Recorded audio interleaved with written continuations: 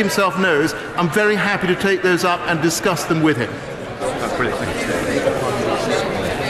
Thank you. Order. Statement, the Prime Minister. With permission, Mr. Speaker, I would like to update the House on the further assurances and clarifications we have received from the European Union on the Northern Ireland Protocol.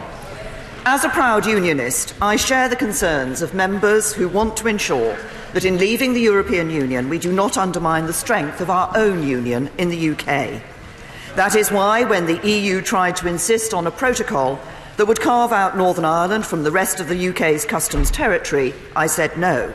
And I secured instead a UK-wide temporary customs arrangement, avoiding both a hard border on the island of Ireland and a customs border down the Irish Sea. I also negotiated substantial commitments in the withdrawal agreement and the political declaration to do everything possible to prevent the backstop ever being needed, and to ensure that if it were, it would be a temporary arrangement. But listening to the debate before Christmas, it was clear that we needed to go further. So I returned to Brussels to faithfully and firmly reflect the concerns of this House. The conclusions of December's Council went further in addressing our concerns. They included reaffirming the EU's determination to work speedily to establish by the 31st of December 2020 alternative arrangements so that the backstop will not need to be triggered. They underlined that if the backstop were nevertheless to be triggered, it would indeed apply temporarily.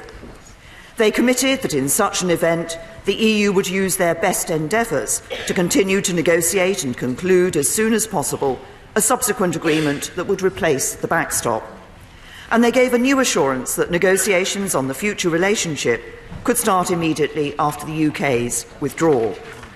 Since the Council and throughout the Christmas and New Year period, I've spoken to a number of European leaders, and there have been further discussions with the EU to seek further assurances alongside the Council conclusions. And today I have published the outcome of these further discussions with an exchange of letters between the UK Government and the Presidents of the European Commission and European Council.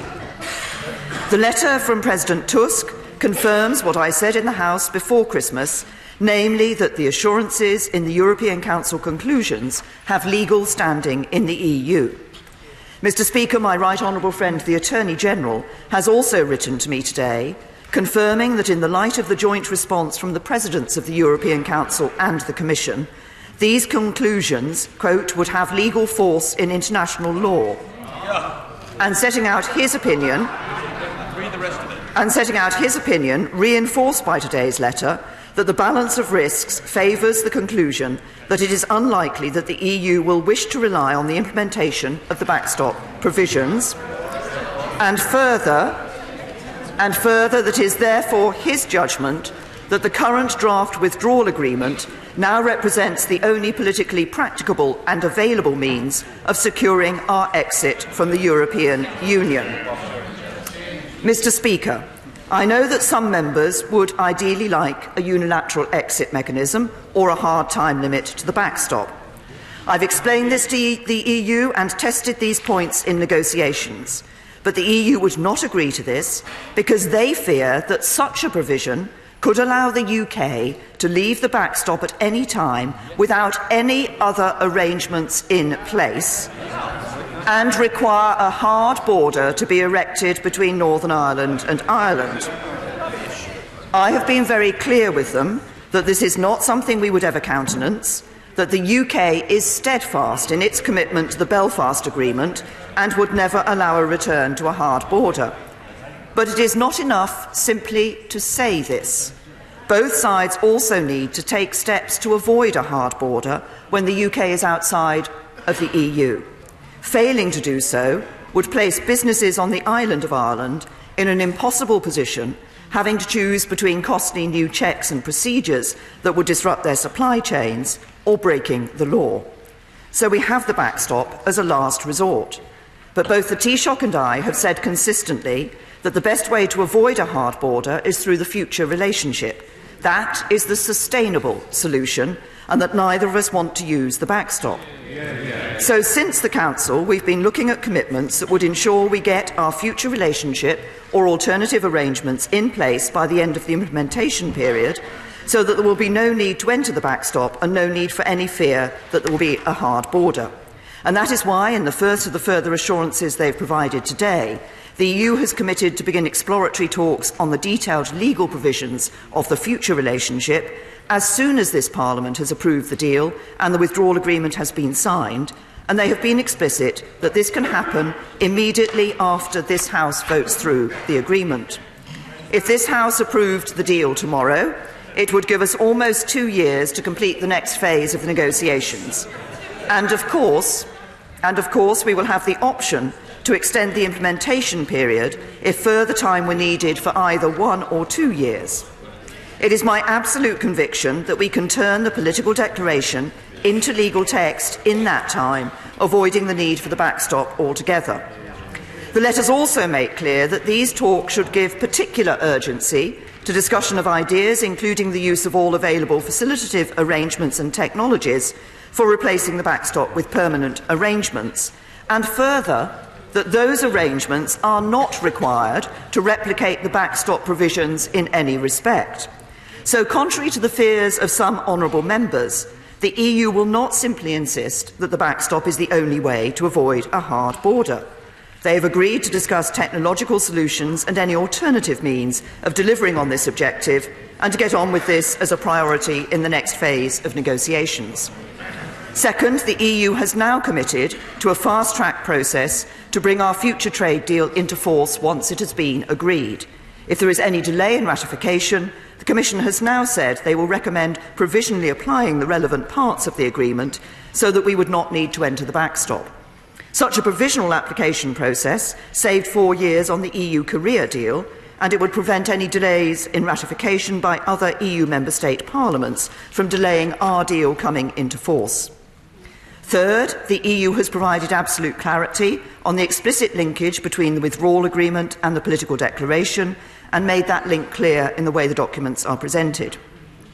I know some colleagues are worried about an imbalance between the withdrawal agreement and the political declaration because the EU cannot reach a legal agreement with us on the future relationship until we are a third country. But the link between them means the commitments of one cannot be banked without the commitments of the other, and the EU have been clear they come as a package. Bad faith by either side in negotiating the legal instruments that will deliver the future relationship laid out in the political declaration would be a breach of their legal obligations under the withdrawal agreement. Fourth, the exchange of letters confirms that the UK can unilaterally deliver all of the commitments we made last week to safeguard the interests of the people and businesses of Northern Ireland and their position in our precious union. For it gives clear answers to address some questions that have been raised since the deal was reached. That the deal means no change to the arrangements which underpin North-South cooperation in the Belfast Agreement. That Stormont will have a lock on any new laws the EU proposes should be added to the backstop, and that the UK can give a restored Northern Ireland executive a seat at the table on the joint committee overseeing the deal. Mr. Speaker, President Juncker says explicitly in his letter that the backstop would represent a suboptimal trading relationship for both sides.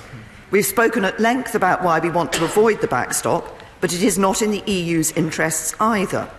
For this backstop gives the UK tariff-free access to the EU's market. It does so with no free movement of people, no financial contribution, no requirement to follow most of the level playing field rules, and no need to allow EU boats any access to our waters for fishing. Furthermore, under these arrangements, UK authorities in Northern Ireland would clear goods for release into the EU single market with no further checks or controls. This is unprecedented and means the EU relying on the UK for the functioning of its own market. So the EU will not want this backstop to come into force, and the exchange of letters today makes clear that if it did, they would do all they could to bring it to an end as quickly as possible. Nevertheless, Mr. Speaker, I fully understand that these new assurances still will not go as far as some would like. I recognise that some members wanted to see changes to the withdrawal agreement, a unilateral exit mechanism from the backstop, an end date, or rejecting the backstop altogether. Although it should be said that this would have risked other EU member states attempting to row back on the significant wins we had already achieved, such as on control over our waters or the sovereignty of Gibraltar. But the simple truth is this: the EU was not prepared to agree to this, and rejecting the backstop altogether means no deal. Whatever version of the future relationship you might want to see, from Norway to Canada to any number of variations, all of them require a withdrawal agreement, and any withdrawal agreement will contain the backstop. And that is not going to change, however the House votes tomorrow.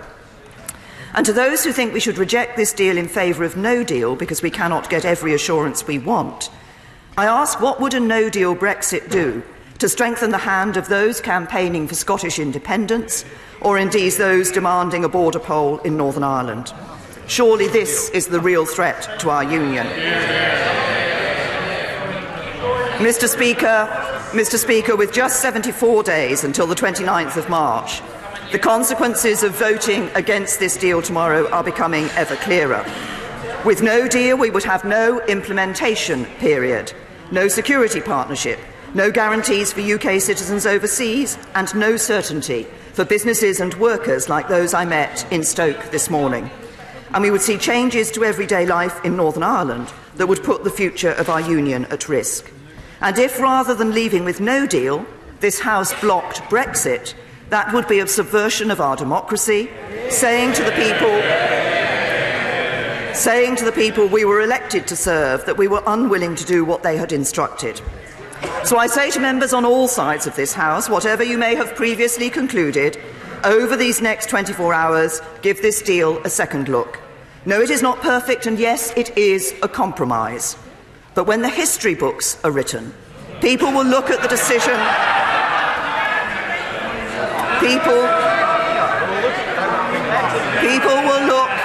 People will look at the decision of this House tomorrow and ask, did we deliver on the country's vote to leave the European Union? Did we safeguard our economy, our security and our union? Or did we let the British people down?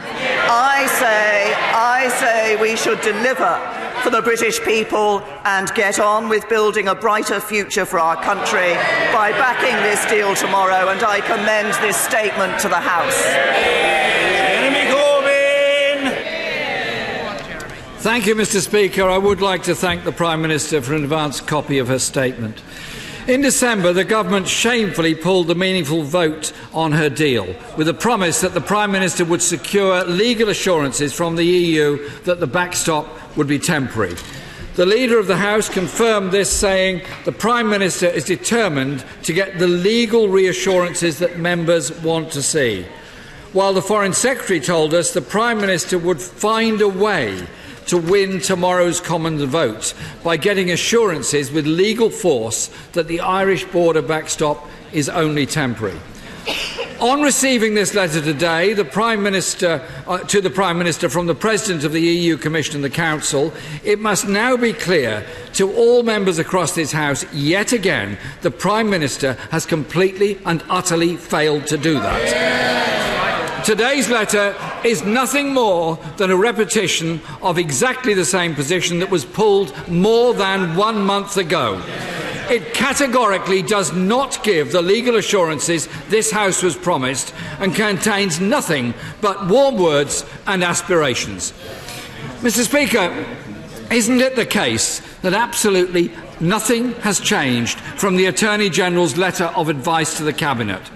His advice, which the government tried to hide, explained with great clarity the reasons why the UK could find itself locked into the Northern Ireland backstop protocol with no legal escape route. Today's letter means nothing. The truth remains that by the end of 2020, the UK will face a choice of either extending the transition period, which comes at an unknown financial cost, or we will fall into the backstop, which the Attorney General has said endures indefinitely until such time as an agreement supersedes it. He has himself updated his legal advice today, as the Prime Minister just said, and he clearly says, and I quote, "They do not alter the fundamental meanings as he advised them in November." If there were legally binding assurances on the temporary nature of the backstop, then surely they would have been written into the withdrawal agreement itself. The letter published this morning is clear that this is not possible, saying we're not in a position to agree to anything that changes or is inconsistent with the withdrawal agreement. Mr. Speaker, this morning's joint letter does say negotiations can start as soon as possible after the withdrawal from the UK. But my question to the Prime Minister is, how is that possible when the Cabinet cannot agree it amongst themselves? That is why the political declaration is so vague. Actually, Mr. Speaker, I believe the right word is nebulous. Given the Prime Minister has failed to secure the promised changes, there can be no question of once again ducking accountability and avoiding tomorrow's vote. No more playing for time, no more running down the clock to scare people into backing this damaging shambles of a deal. I'm sure members across the House will not be fooled by what has been produced today. It's clear what we are voting on this week is exactly the same deal we should have voted on in December. I'm sure the Prime Minister knows this. That is why today she's trying to blame others for this chaos. Given the lack of support for the Prime Minister's deal, you might have thought she would try to reach out to MPs. Instead, the Prime Minister is claiming that by failing to support her botched deal, members are threatening to undermine the faith of the British people in our democracy. Mr. Speaker, the only people who are undermining faith in our democracy is the government itself. Mr. Speaker, I can think of no greater example of democracy in action than for this House to reject a deal that is clearly bad for this country. During the past 2 years of shambolic negotiations, the Prime Minister has failed to listen. She hasn't once tried to work with Parliament to construct a Brexit deal that this House and the country can support, and now she's left facing a humiliating defeat and is blaming everybody but herself. Mr. Speaker, if this deal is rejected tomorrow, and I hope it is, the blame will lie firmly with the government and firmly at the feet of the Prime Minister. There is a deal that could command support in the House, which would include a new and comprehensive customs union, a strong single market relationship, and a guarantee to keep pace with European Union rights and standards. Instead, the Prime Minister still chooses to take the most reckless path. Mr. Speaker, as we enter the week of the meaningful vote, we should remember the meaningful vote only happened because of pressure from the opposition in this House. Let us remember the incompetence we've been forced to endure. We've seen 2 years of shambolic negotiations, red lines announced, then cast aside. We're now on our third Brexit secretary, all of whom have been largely excluded from the vital stages of the negotiations. We were promised the easiest trade deal in history, yet we've seen a divided government deliver a botched withdrawal deal with nothing more than a vague outline for what our future relationship with the EU will be. Meanwhile, conditions in this country of millions of people continue to get worse. We just had an urgent question about universal credit and the disaster that is for millions of people in this country. Mr. Speaker, the government is in disarray. It's clear if the Prime Minister's deal is rejected tomorrow, it's time for a general election. It's time for a new government.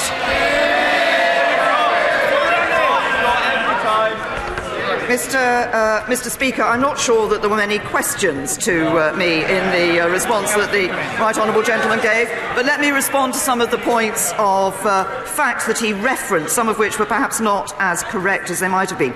He said, of course, there is no legal termination mechanism in the withdrawal agreement from on the backstop. There is, but the point is that it is not a unilateral termination mechanism. It is a termination mechanism which requires agreement between the two parties. He said that in December 2020 we would face either having the backstop or the implementation period extension. Of course, the point is we are negotiating to ensure that at that point no such choice will be necessary, because we will have the future arrangement in place.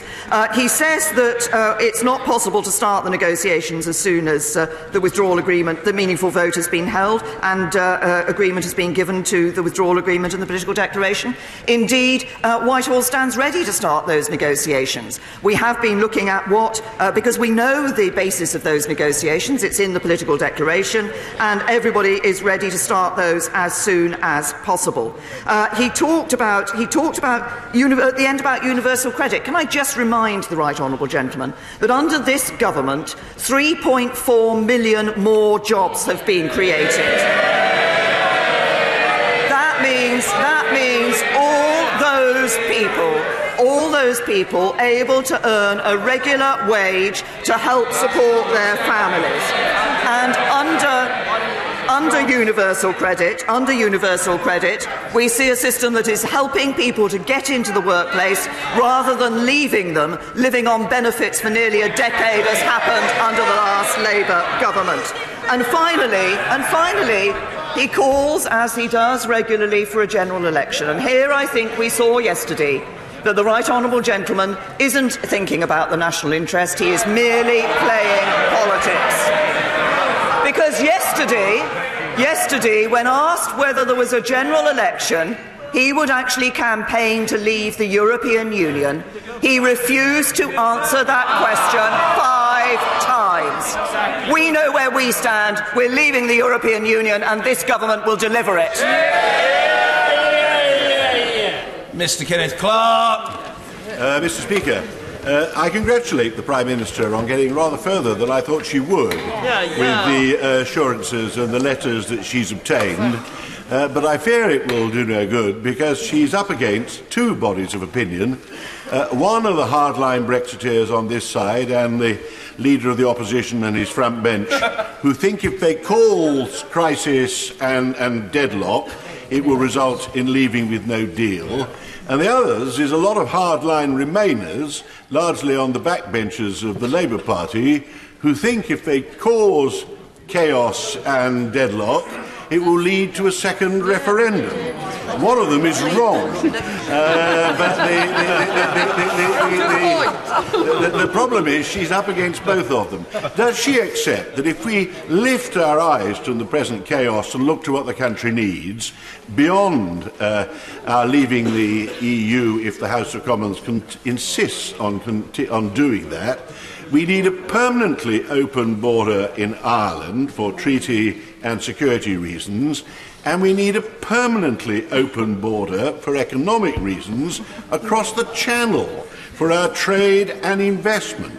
And does she accept that it is difficult to proceed until there's some consensus for that across this House of Commons, and doesn't look as though we're going to get there by March the 29th, which is a date that should obviously be delayed?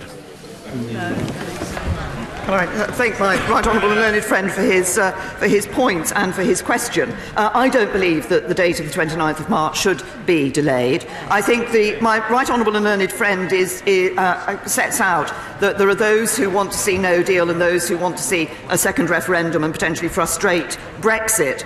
The inexorable logic of that, if this House wants to ensure that we are delivering on Brexit for the British people, is to back the deal that will be before this House tomorrow. And on the issue of the borders and the question of obviously we want to make sure that there is a consistently and sustainably into the long term open border between Northern Ireland and Ireland. That is our commitment to ensure there is no hard border there. There would be economic advantage in an open border and frictionless trade with between the UK and the European Union, and that's exactly the proposal that the government has put forward. Ian Blackford. Thank you, Mr. Speaker, and can I thank the Prime Minister for an advance copy of her statement, though I'm left asking myself, is that it? Yep. Is that all you've got, Prime Minister? Because nothing has fundamentally changed. It is a wish list. With little more than 24 hours until this House votes on the Prime Minister's deal, the Prime Minister comes back completely humiliated. The letters published between the UK Government and the European Union reveal that the Prime Minister has utterly failed to get the concessions she promised. The EU letter explicitly insists there cannot be any renegotiation of the backstop or the withdrawal agreement. Mr. Speaker, the EU letter states we are not in a position to agree to anything that changes or is inconsistent with the withdrawal agreement.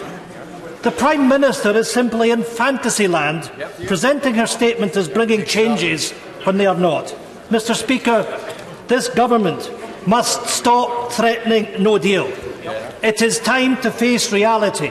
Extend Article 50 and let the people decide. And let me say this to the Prime Minister. In Scotland, people know that it is the Tory government dragging Scotland out of the European Union against our will. It is the Tories treating the Scottish Parliament with contempt. And it is this Prime Minister and this Tory party that continues to silence Scotland's voice and sideline our interests. Mr. Speaker, the Prime Minister this morning said, what if we found ourselves in a situation where Parliament tried to take the UK out of the EU in opposition to a Remain vote?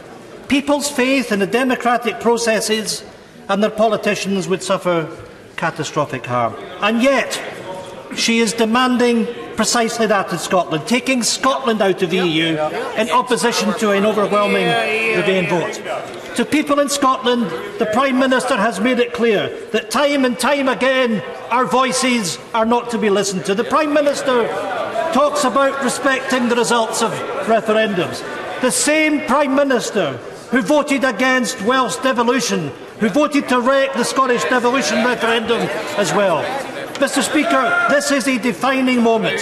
The people of Scotland know more than ever that what comes from a Tory government that we did not vote for. So why does the Prime Minister continue to ignore Scotland's voices and Scotland's interests? Why is the Prime Minister so petrified of allowing the people decide? Now we know the facts. And if she's not, will she now do the right thing? Extend Article 50. Let the people decide. Minister. I say to the right honourable gentleman that the people across the United Kingdom did decide. They decided in June 2016. They decided that we should leave the European Union, and I believe it is absolutely right that this government is intent on committed to delivering on the vote of the British people. And he talks about the interests of Scotland. Of course, as he knows, the interests of Scotland are best served by ensuring that Scotland remains as part of the United Kingdom. And if the SNP is so clear that a politician should listen to the voice of the people, then the SNP should listen to the voice of the Scottish people expressed in the referendum in 2014 and abandon the idea of independence. Sir John Redwood. Given that the EU intends to take huge sums of money and powers off us in return for just 21 or 45 months of more talks and massive uncertainty, why should we ever believe the EU would give us a good deal when they pocket all that they want up front? Prime Minister. To my right honourable friend, that throughout the negotiations we have actually ensured that the European Union has had to concede to the United Kingdom government in a whole range of areas on which they did not wish to concede. But if we look into the future, I believe it is, and we do have, my right honourable friend and I do have a difference of opinion in this, in that he believes that WTO terms are right for our future trade with the European Union. I think a more ambitious free trade agreement between us and the European Union is what is right. That's what's set out in the political declaration, and that's what I believe is the good deal for the UK in leaving the EU. Sir Vincent Cable. The Prime Minister's confirmed today that under her deal, Britain will remain between 2 and 4 years, possibly longer, in a customs union. The Leader of the Opposition is supporting Brexit with a somewhat longer period in a customs union. With that relatively small difference, aren't they essentially two peas in a pod? Minister. No, definitely not. Sir William Cash.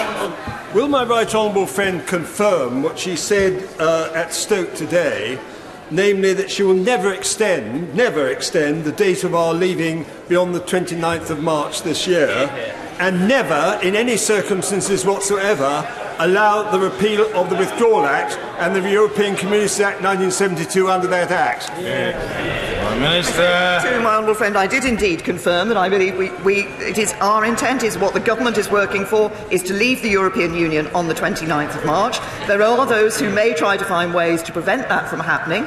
I think that is a real risk, but the government is firm in its commitment in relation to leaving the European Union. And in relation to the issue that my honourable friend has raised on the Withdrawal Act, we have passed the Withdrawal Act through this House, through this Parliament. It does repeal the 1972 European Communities Act.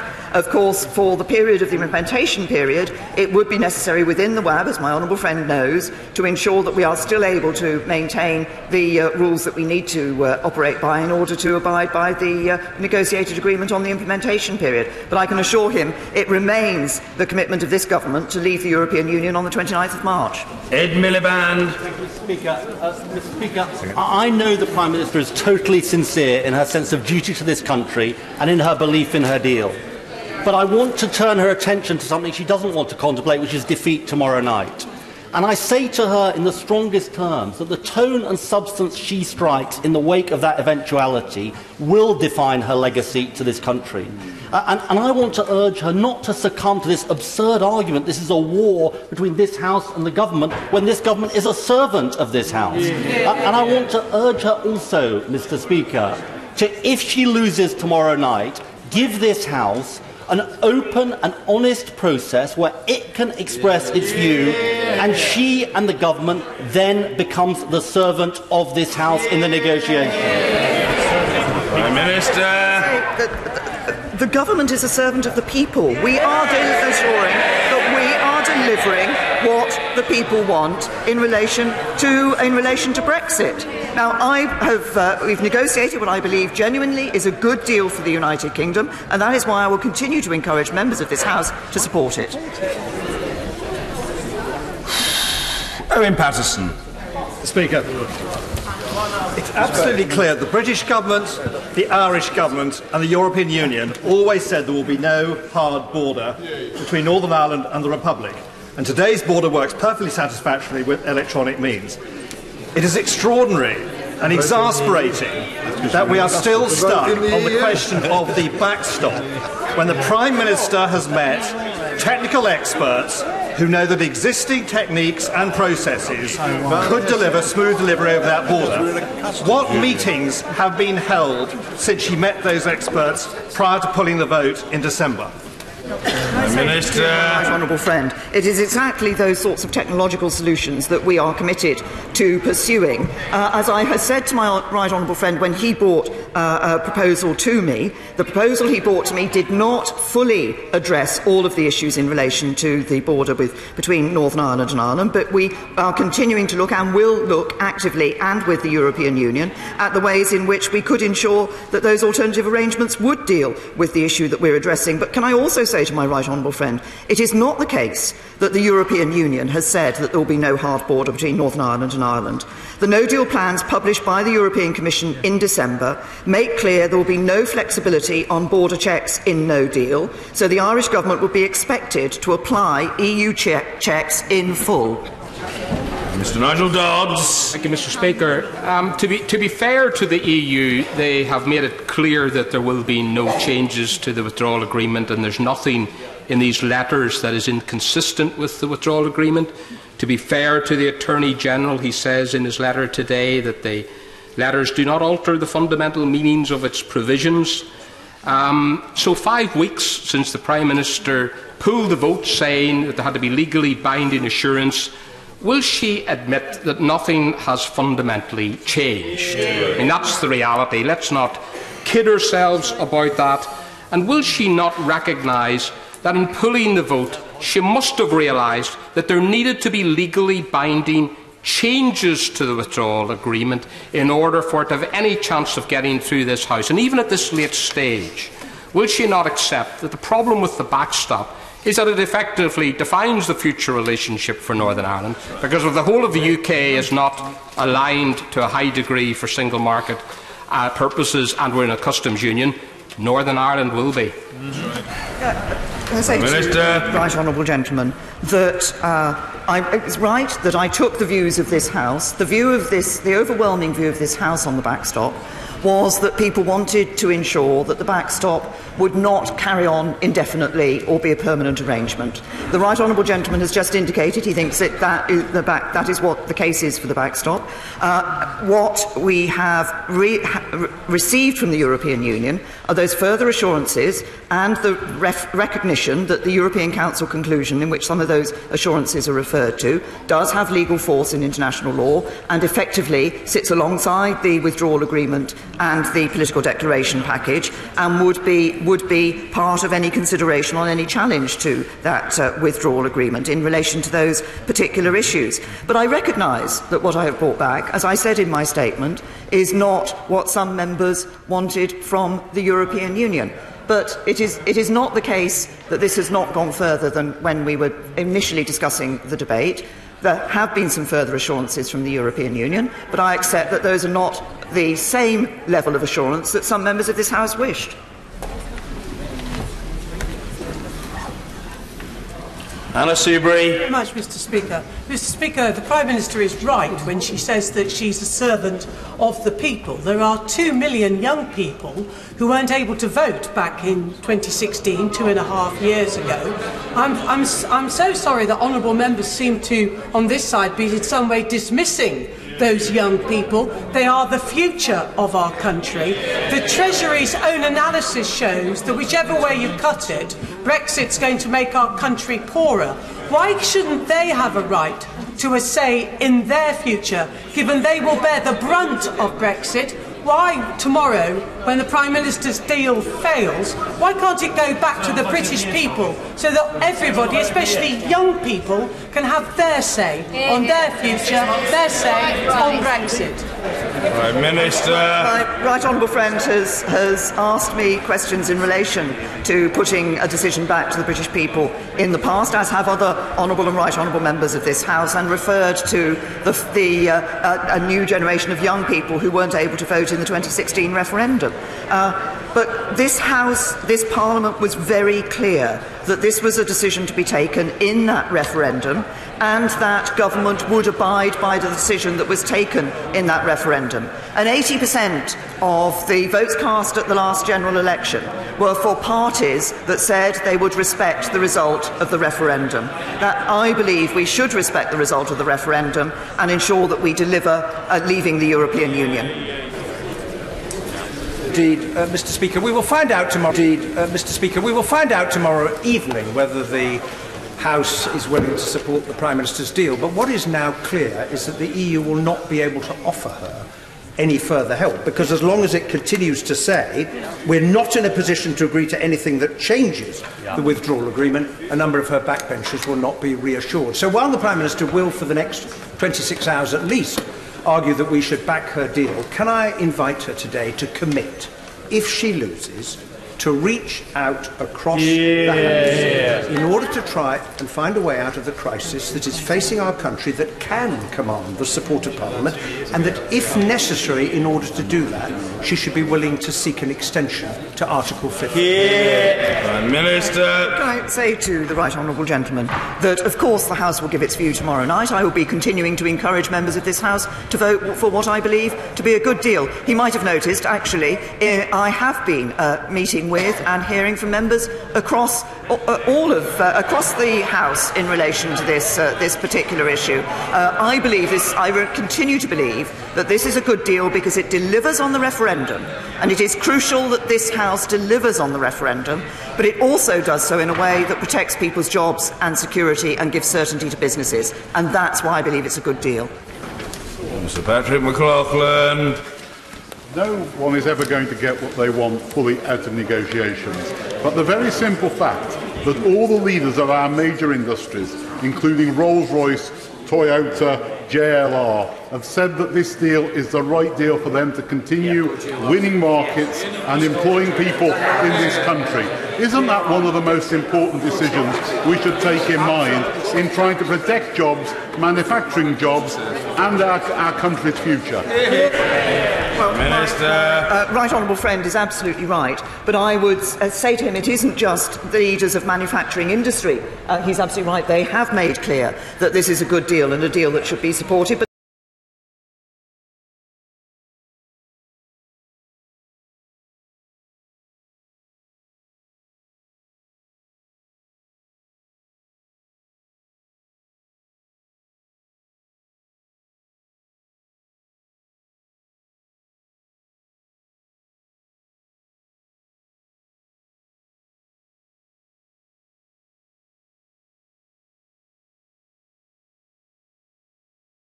But she voted against legislation to establish the National Assembly of Wales, and in 2005 stood on a manifesto calling for another referendum with the option to overturn the result. How does the Prime Minister square her personal track record on referendums with such commands? Prime Minister. The Conservative Party, of course, we went into opposition in 1997. We accepted the result of the referendum vote in Wales. Yes. We respected and made clear at the time that we respected the result of that referendum in Wales. And I think anybody who sees the Welsh Assembly today and what it has been doing over recent years will recognise that was a right decision. Mr. David Jones.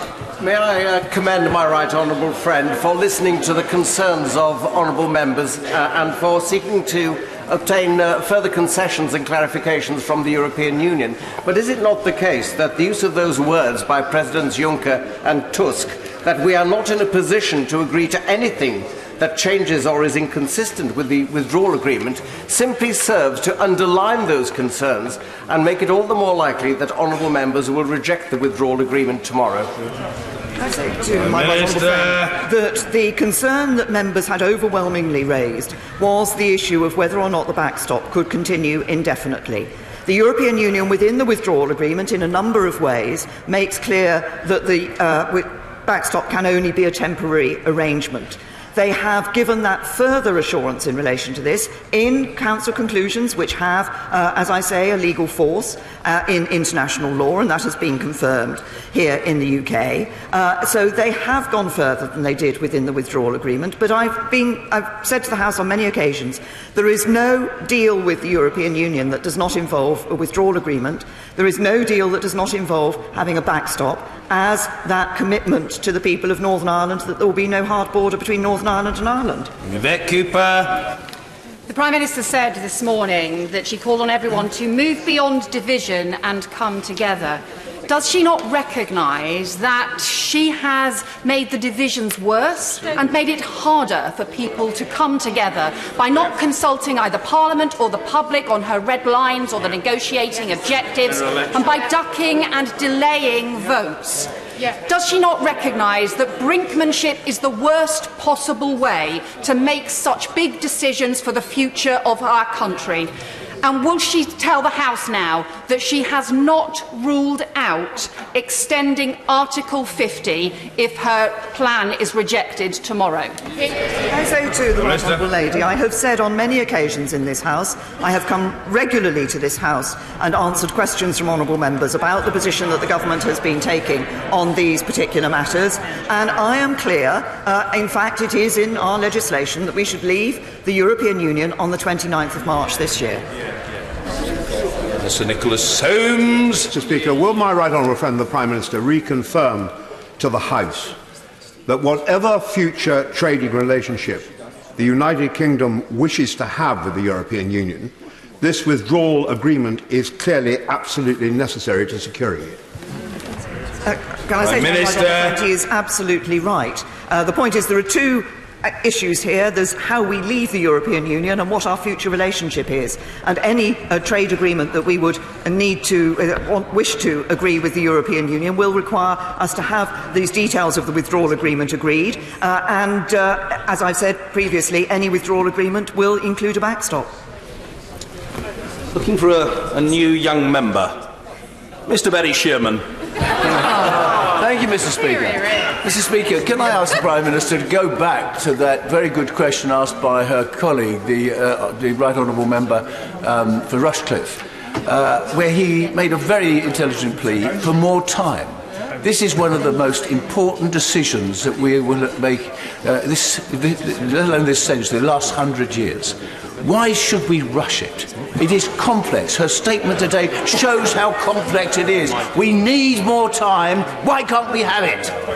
Prime Minister. To the Right Honourable Gentleman, that it will be March 29th of this year will be almost 3 years since people voted for us to leave the European Union.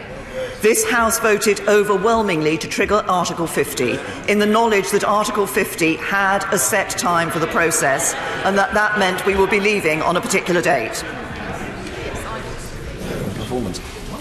Mark Francois. Thank you, Mr. Speaker. The withdrawal agreement is, of course, a draft international treaty. And if we were to vote for it tomorrow and then ratify it, it would be binding upon us in international law. So it would outrank legally any motion or amendment of this House or even an Act of Parliament. And the agreement says that itself, it confirms it in black and white in Article 4 on page 11. So the question is, do these letters have any legal power over the treaty? Now, the Prime Minister quoted from the Attorney General's advice, the operative paragraph 2, but if she'll forgive me, she quoted selectively. The paragraph, which is brief, reads, "I agree that in the light of this response, the Council's conclusions of the 13th December 2018 would have legal force in international law and thus be relevant and cognisable in the interpretation of the withdrawal agreement, and in particular the Northern Ireland Protocol, albeit they do not alter the fundamental meanings of its provisions as I advised them to be on the 13th of November 2018. In other words, the letters don't overrule the treaty. They're a fig leaf and a small fig leaf at that. Isn't that true? Prime Minister. These are additional to the text that is in the treaty, and they do have force in international law. But I'll say to my right honourable friend, I was clear in my statement, and I have said that since, that I recognise that what we have from the European Union does not go as far as some members of this House would like it to go and would prefer it to go. But we do have those further assurances which would be, which sit alongside the withdrawal agreement, and in any position in which the question about the backstop within the withdrawal agreement was being challenged, these would be part of that consideration and would be, as has been said, they do have a force in international law. Chris Leslie. Just to be clear on the Prime Minister's strategy, she's asking us to trust her to agree to get past exit day before we even start to negotiate the whole of the future relationship between the EU and the UK. Doesn't she accept that would be a massive leap in the dark and anything could happen in that 2-year period? For example, who will be her successor concluding those negotiations? Prime Minister. Right Honourable Gentleman, that the political declaration sets out the instructions to the negotiators for the next stage in relation to not just the trade arrangements but also the security arrangements and indeed some issues underpinning all of these, for example the data, questions of data exchange. So those are the instructions on which the negotiators for the next stage will be working on that to change it into legal text. It is not possible for the EU to agree a legally binding text of a trade agreement with a country that is a member of the European Union. They have to wait until we are a third country and outside the European Union. Greg Hands. Mr. Speaker, the Prime Minister will have read the comments from leading EU Commission officials at the very highest levels about the withdrawal agreement since it was finalised. Sabine Vaillant, who is Michel Barnier's deputy, has said, first, this requires the customs union as the basis for the future relationship. She's also said they must align their rules, but the EU will retain all the controls. And finally, that the EU retains its leverage. Martin Selmayr, who's the General Secretary of the Commission, has said, quote, "The power is with us," and he told the Passauer Neue Presse on the 7th of December that the agreement shows that leaving the EU doesn't work. So Brussels clearly believes it's a great deal for them. Why does the Prime Minister seemingly as enthusiastic that this is a great deal for the United Kingdom?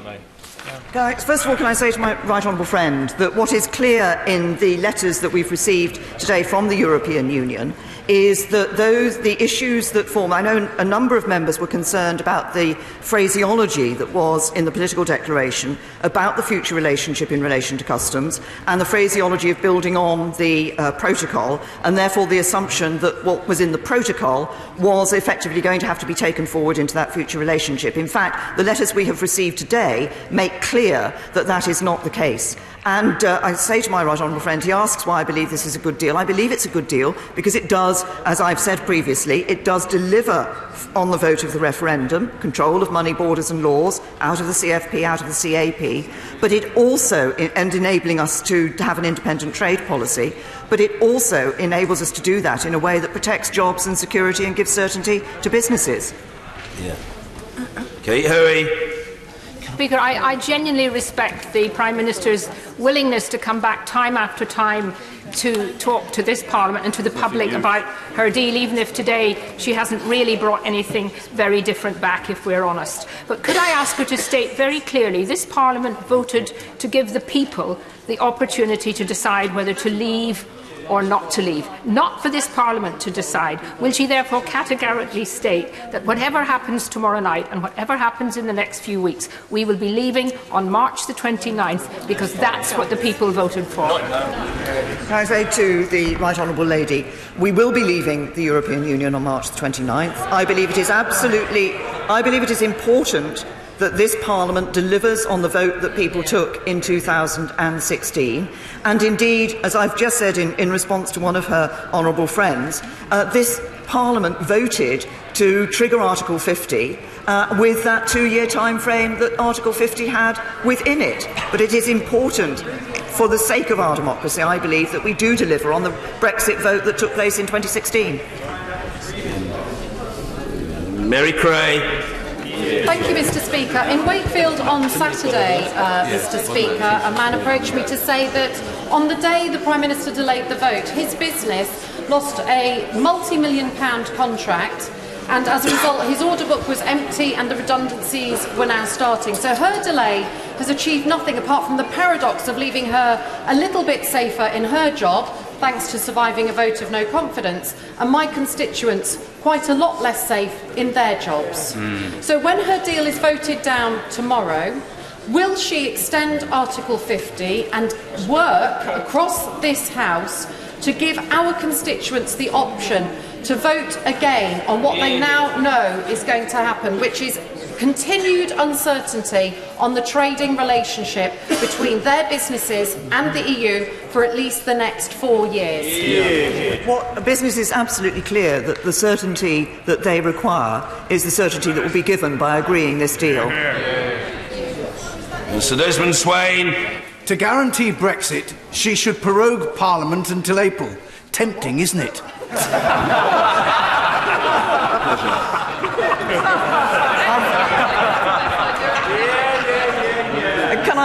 Can I just say to my right honourable friend, he's trying to tempt me down a road that I don't think I should go down.